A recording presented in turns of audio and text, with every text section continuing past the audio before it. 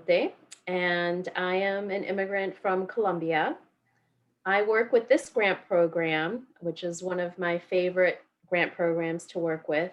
I work with a couple other ones and donors as well. So at the end, we will also send out an email with the slides that I'll be going through in this webinar, so you don't have to take a bunch of notes. Also note that most of what I'll be talking about is actually on our website as well. And we will also send out an PDF, so a web document, a PDF of the application questions. So that is also posted on the website. So I want to begin our time together acknowledging and honoring all Indigenous people from all around the world, especially the Wabanaki people who came here before us and nurtured this space as stewards of this place we call Maine, the first people.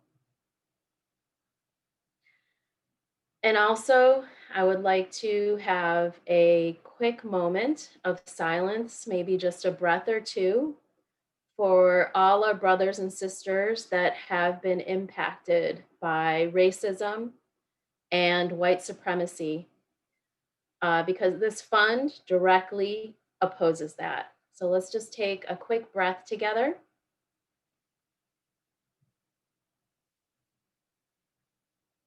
Thank you. So the work of this fund is really to address racial equity. So we are hitting this head on. One more note about the webinar is you can use the question and answer button to submit your questions there for sure. And Leslie will help me with that at the end. So the BIPOC grant program used to be called, or when it was started in 2007, it was started as the People of Color Fund at the Maine Community Foundation. Then just this past year, 2020, the name was changed to the Black, Indigenous, and People of Color Fund. So as I stated, racial equity is the goal of the programming in this grant program. The maximum award for an application is $10,000. The due date is February 15th, 11:59 p.m. It's all done online. So I will go over at the end, there's a couple slides showing you a couple screenshots of that, how to do that application. And a big part, exciting part for us is that new this year, this grant program is offering what we're calling general support grants. And almost all the grant programs here at the Maine Community Foundation are reviewed by a committee. So I, Gloria, do not make grant decisions. I will work with nonprofits on their applications, just talking about projects. I can't review anything written, but I can talk to you about different things. And so that committee is made up of a group of advisors, community-based advisors, and they will be the ones that are reviewing the proposals and making phone calls to the applicants and make the final decisions. So just to get an idea for what this grant program is like in terms of dollars given, let's look at last year's grant making. So last year, the BIPOC grant program had 34 applications and for a total ask of $324,894. At the end of the day, 23 grants were given, totaling $201,774. That's a pretty good amount of grant giving. And in addition, an aspect of working with the Maine Community Foundation and submitting a proposal is that all the proposals that are submitted can be reviewed by our donors. And so those donors can search on the website by topic area and pick proposals that they want to support. So in addition to that 201,000, there were 8 other proposals that were picked up by donors. And we have a lovely photo there of some work that was done in the community. So every grant program at Maine Community Foundation has a unique set of criteria. And so in order to submit an application and be eligible, the program or organization has to meet that criteria. And for the BIPOC grant program, this is very, very specific. So this is specifically for organizations that involve Black, Indigenous, and or people of color. So that means that it requires a person in leadership position on board or staff who are BIPOC, who identify as BIPOC. Also, they can be involved in the design, delivery, and evaluation of the programs. Another criteria for an application is that the work or the organization increases racial equity in the state. And also that it leverages or really uses local resources. So, what is around us? Taking good advantage of the strengths of the community, because as we know, that is what really makes the difference. In addition, most of the grant programs at MaineCF also have some priorities. And so, with any of our grant programs, it's good to look at those criteria and priorities and make sure that what you're thinking matches. So, some of the priorities that the BIPOC Fund has are health, leadership development, and economic opportunity. For the health, I have to give a big thank you to the Maine Health Access Foundation because they provide funds to support health related proposals. Leadership development and economic opportunities. There's also specific money for economic opportunity programs to increase opportunities for people to access education, professional development, and business development, because we know that BIPOC communities are less resourced in that area. So the types of funding that the BIPOC grant program has are three. So it's always had project grants. So organizations will come up with a project. So that can be for a new or expanding project. We've also had capacity building grants. So those are projects that help an organization become stronger, sort of more stable.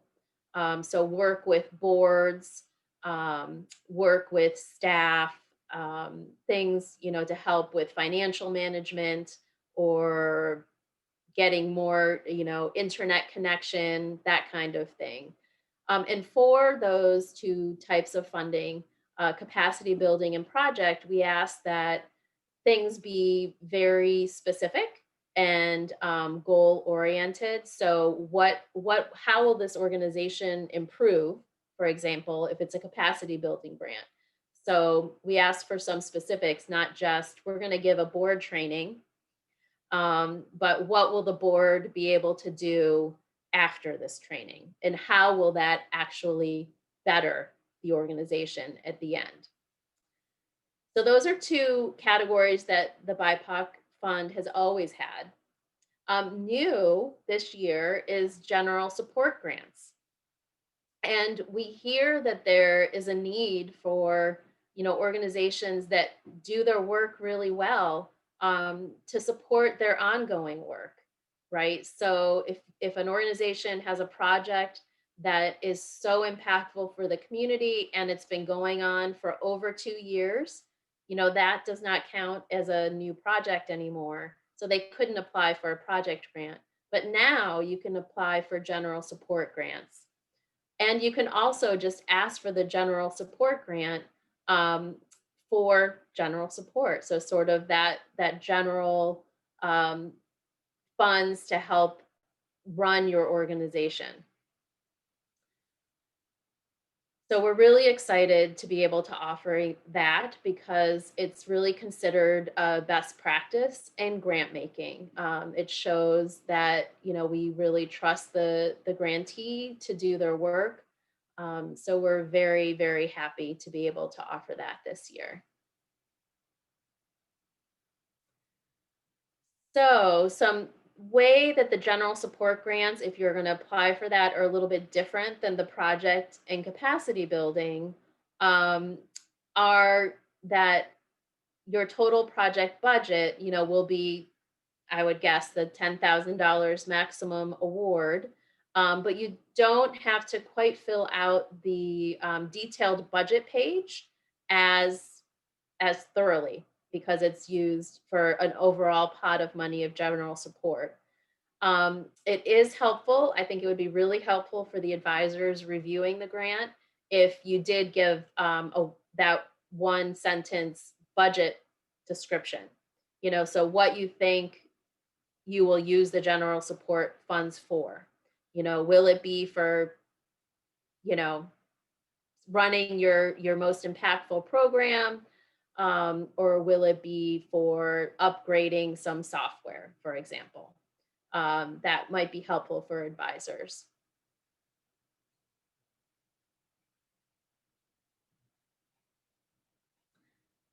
Okay. So the way that this fund makes decisions, I described a little bit, is that the advisors make the decisions. And how we're going to work with our advisors with the new type of option here, general support, is that when they're having discussions with discussing all the applications, they're going to focus on the mission of the organization. So with the projects, they would obviously focus on the project. But if it's a general support grant, then they will be looking at the mission of the organization. And if the mission and the work of that organization meets the criteria of the grant program and priorities. So if an organization is asking for general support and they are led by BIPOC people, they address racial equity, and they use local resources, then they are meeting all those criteria.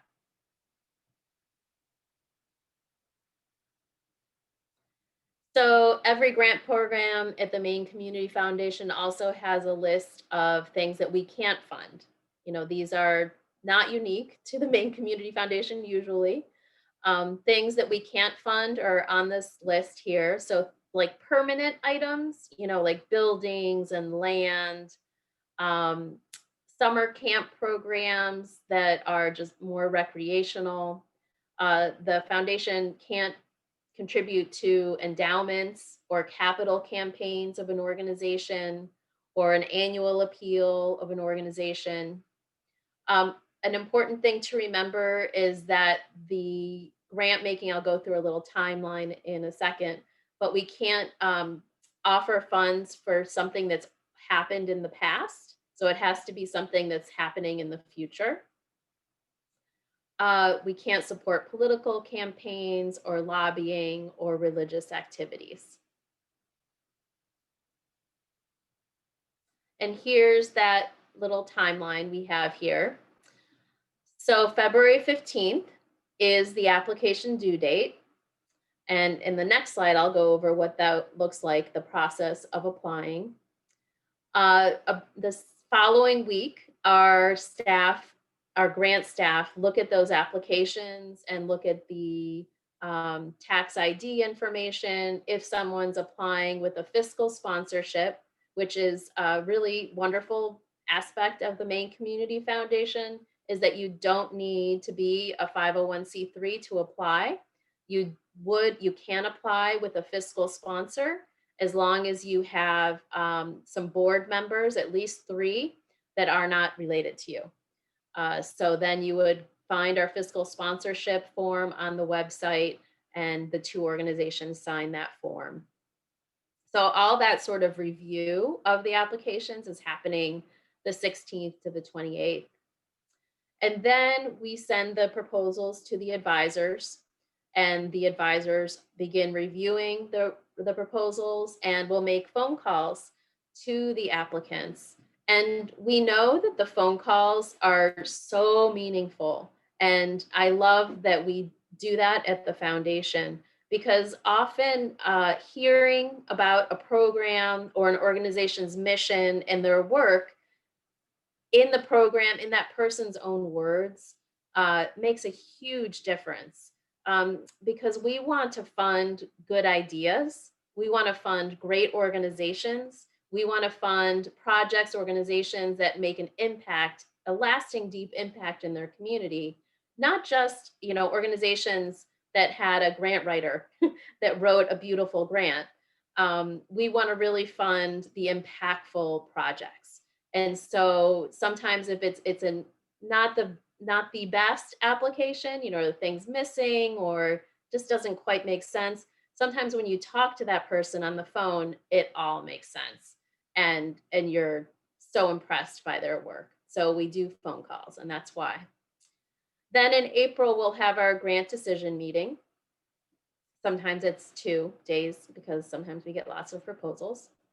And then in early May, our grant staff begin to process those decisions. And in mid-May, the decisions will be mailed. So you'll either get an award with a check in the letter or a decline.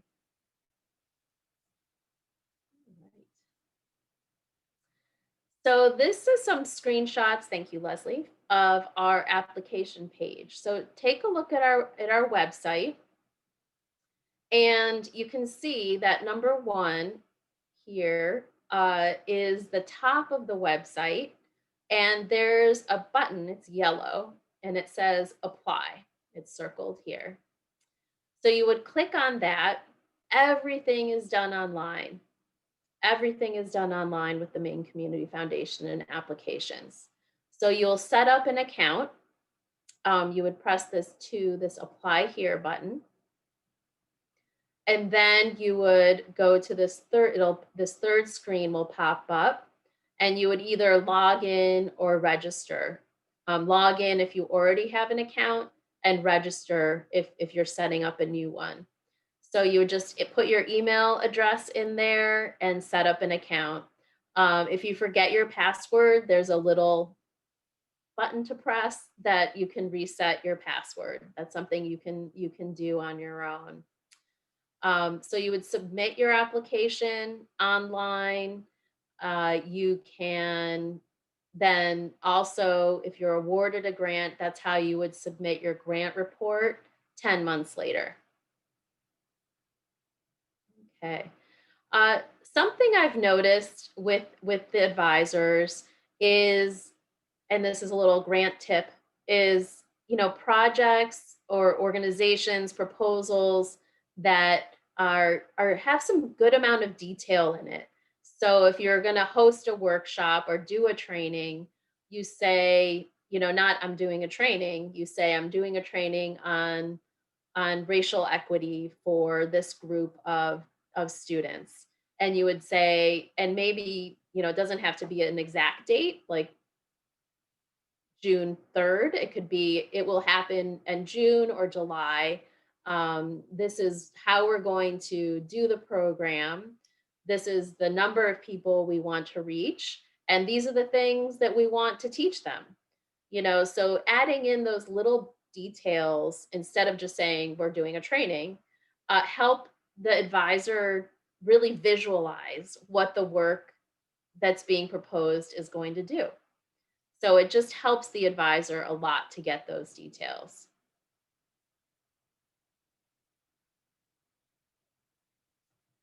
Okay, so that is all for the presentation, and we have a lot of time for questions. Great, thank you so much, Gloria. We've had a couple questions come in, so I'll just start out with those, and people can keep asking questions throughout. Just drop it in the little Q&A box at the bottom. So we have a couple questions about general eligibility. One of the first questions is, do they need to be a nonprofit, or can a small business apply if headed by BIPOC leadership? Oh, that's a good question. So, because of we're a public charity at the Maine Community Foundation, we are only allowed to give grants to nonprofit organizations. So we cannot grant to for-profit, so businesses. Uh, but we, like I said before, unique to the foundation is you don't have to be a nonprofit. You can have a fiscal sponsor if you don't have that formal tax designation yet. Great. And we have a question about fiscal sponsorship in general, just if people can apply without a fiscal sponsor. So if you could just elaborate maybe a little bit more on that process and the need for a fiscal sponsor. Yeah, so a fiscal sponsor is needed. And the process would be that, let's say I have a new group that's starting up and I'm the leader of it. I am working to feed members of my community. I have a small board, I have 4 or 5 board members, but I haven't done the tax work. I don't want to spend the money to get my own tax ID number. I just want to focus on my work. That's great. I can apply. And what I would need to do then is to find what we call a fiscal sponsor. And that is another organization that does have tax ID status, that is a nonprofit, that is willing to fiscally sponsor you. And that means they're willing to support you in your work and would be the recipient actually of those grant funds. So the actual check would be made out to the fiscal sponsor, and they hold it for you for your needs. And I think I've never actually seen any issues with this in the few years I've been with the foundation. I've seen it work really, really well. So an organization, the fiscal sponsor holds those funds, and then they coordinate with the leader of the organization to disperse those funds. And so it's you go to our website. It's a 1-page document. So you'd click on the download button, and it has a space for both signatures. So it'd have a space for the BIPOC leader and for the fiscal sponsors leader. And so you both sign and you both agree to the terms of fiscal sponsorship. Yeah, and I would just add too that the fiscal sponsorship needs to be set up prior to the grant application. When you're doing the application online, you'll see a spot right in the beginning in the organization overview where you're asked to upload that fiscal sponsorship form. So if you are going the fiscal sponsorship route, you'll want to make sure that's all set up before you submit your application. Yes, very good point. All right, so another question we have is, how long must an organization have been established to apply? We don't have a length of time that's required for an organization to be established. What we would need is one of those two things, either a tax ID number, as a nonprofit, or a fiscal sponsorship with those board members. So, depending on what your history is and track record of working in the community, that would lead to, how an advisor would read that proposal, right? So if I'm just starting up my organization, this week or last month, and I haven't really done much in the community yet, the odds are that that proposal would not be funded.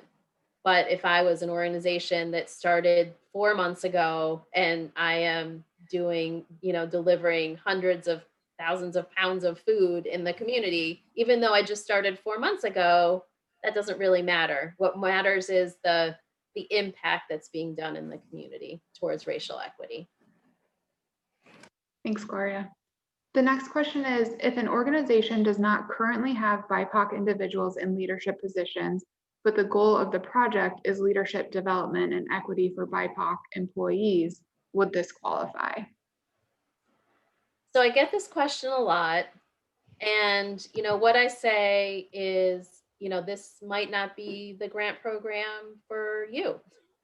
The community building grant program would accept proposals from anyone, any organization.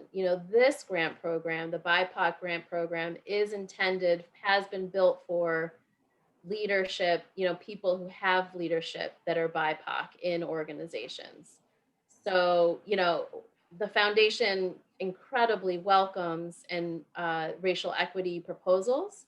But in order to be eligible for this grant program, you would need to have leadership that are BIPOC people. Gloria.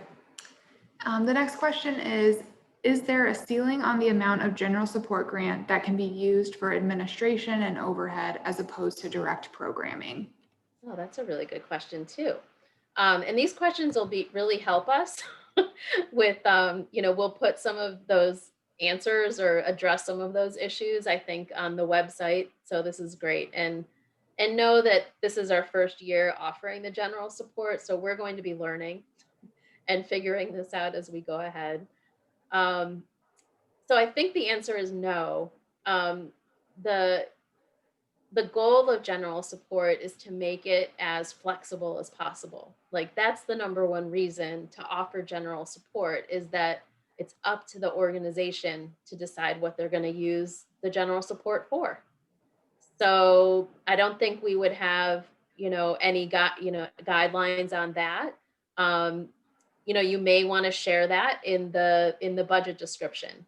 We're using this amount for this and this amount for that. But again, I don't think we would have guidelines on that. Thanks, Gloria. The next question is, what are some examples of impactful projects? Another good question. So we have all the previous grantees are on the website. I think impactful projects are projects that meet the needs of the community. So, engaging community, hearing what community needs, and then designing something to better the community. To me, that's impactful. So I'm responding to the needs of the community, not just creating a wonderful project because I think it's wonderful, but something that the community has identified that is lacking or needing some enhancement. And then a project or an organization that's based on meeting those needs. To me, that's impactful. Anything to add there, Leslie? Yeah, no, I think you covered it. That's great. All right, the next question asks, how does COVID-19 affect the grant's current priorities, if at all? Yeah, this grant program, we did not change priorities due to COVID-19. I do think that we added general support as a response to the stress I think organizations are under with COVID-19. Great, thanks, Gloria. The next question is, can we apply on behalf of other organizations that we fiscally sponsor? So I think the question is, can the fiscal sponsor apply? Yeah, I guess I'm not totally sure. I think it could be interpreted two ways. So maybe can a fiscal sponsor submit the application? An application on behalf of the organization that they're fiscally sponsoring? Or is possibly if a fiscal sponsor can submit their own application and then have the other right, we'll answer both. Too. Yeah. So a fiscal sponsor, so let's answer the first one. The organization has to apply themselves. they have to submit the application. So the fiscal sponsor cannot submit an application for who they're sponsoring. Did that make sense? And then the second question is, we don't want to impact the fiscal sponsor. So we're so grateful to fiscal sponsors. So that fiscally sponsoring organization can send their own application in. And the organization that they're fiscally sponsoring can send in an application to. Thanks, Gloria. And another question on the topic of fiscal sponsors. Does the fiscal sponsor need to be a BIPOC organization? No. Great. All right, the next question is, it says, I'm an independent filmmaker and want to make a film about Indigenous women in leadership. Would a documentary film be eligible? Absolutely. Yeah, we've had a couple documentary films that the advisors have funded. Great. So I think we've answered everything that's come in so far. Does anyone have any other questions or need anything to be elaborated on? We can just drop them in and we can answer them. So a note on the documentary filmmaker. So they would still need an organization. So, me as Gloria, an individual person, if I were a documentary filmmaker, I couldn't just apply if I didn't have an organization and a board. I'd need to have an organization to apply with. I could use a fiscal sponsor, but I would still need that organization with a mission and advisors in order to apply. Great. Thanks, Gloria. And someone's asking, how will this recording be available? And so we hopefully will get it uploaded later this afternoon, and we'll just put a link right on the BIPOC webpage, and that will just take you to a YouTube page of the recording.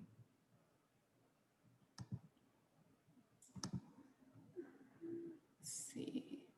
All right, the next question asks, would a project that brings holistic healing practices to Indigenous communities be eligible? Absolutely. Yeah, that would be a very good health program. And again, it would need a fiscal sponsor or nonprofit organization, but yes. And another one on a similar topic is asking about wellness retreats and workshops for BIPOC women through collaborative art. Would that be eligible? Yeah, I think again, yes. Great. All right, so it says, so if I were to have Wabanaki Reach as a fiscal sponsor, that would provide the mission and leadership. Not sure exactly. So Wabanaki Reach could definitely be a fiscal sponsor. Your organization would need its own mission and advisors. So the only thing that Wabanaki Reach is doing for you is holding your money, holding the grant money. Your organization is the one that is going to be doing the work and would need, a name and a mission and a group of advisors. Great. Thanks, Gloria. The next question is, can a 501c3 organization employee who is a filmmaker apply with the employer as the fiscal sponsor? Can you read that one more time? Yeah. Can a 501c3 organization employee who is a filmmaker apply with the employer as the fiscal sponsor? I think so. What do you think? I was just gonna say, if the employee has a group of other people around them who are also working on that project, it can't just be that individual person. Like how I think you mentioned earlier, they would also need to submit like their organizational leadership or board. So if they had that, then I would think the answer would be yes. Yes, and right, the organization being a fiscal sponsor would also need to be a nonprofit organization as well. Yeah, exactly. All right, the next question is, can the fiscal sponsor be religious even if the org doing the work is not? So we've had a couple questions that have come in over email about this recently too, and Leslie helped me look it up. So the issue with the religious organization is that I guess the programming has to be open to everyone, right, in the community, because we're a public charity. So we have to have it be open and accessible to everyone, not just people of one faith, for example. Um, so I think that's the determining factor. Is that right, Leslie? Yeah, I think you summed that up pretty well. I think that kind of covers it. Let me see if there's anything else. I think we have answered everything that's come in so far. So yeah, I guess we can give it a few more minutes. If anyone else has any other questions, they can drop them in to the Q&A box. Yeah, and just want to say, every grant cycle is different. So we usually can't fund all the good proposals. So unfortunately, so you may have an incredible project and be an amazing organization and still not get a grant award. So just know that up front, and each grant group is totally different. So who we're comparing, is always different every time. So don't get discouraged if you don't get a grant. Please reapply, and you can always reach out to me and ask me, how could your proposal have been better read? Great. Well, no other questions have come in. So I think we can just go ahead and close this. And then we're planning on hopefully getting it posted later this afternoon. And this afternoon, I'll also send out the slides to everyone who registered and also the PDF of the application questions. Great. Thank you, everybody, for tuning in, and look forward to reading your applications. All right. Thanks, everyone.